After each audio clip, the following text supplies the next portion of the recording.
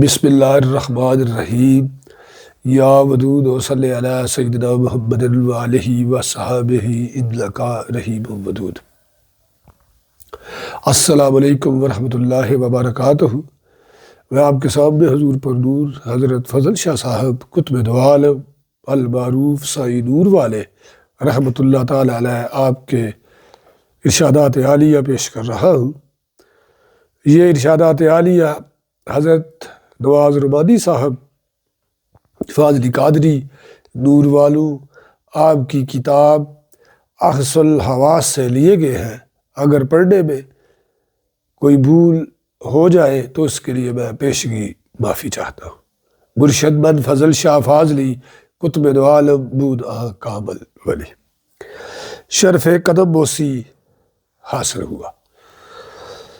ظلم اور ظالم کے بارے میں گفتگو ہو رہی تھی۔ ارشاد فرمایا، کسی خواہش کی تکمیل کے لیے حق کی متعین حدود سے تجاوز کرنے کا نام ظلم ہے۔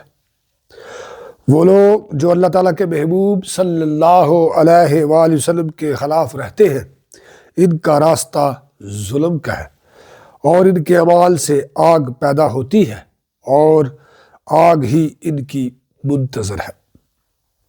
اللہ تعالیٰ کسی پر ظلم نہیں کرتا۔ اگر کوئی کسی پر ظلم کرے تو اس کا ہاتھ روکنا چاہیے۔ اگر تم پر ظلم ہو تو صبر کرنا چاہیے۔ ظالم وہ ہے جو فرمان حق میں اپنی مرضی داخل کرے۔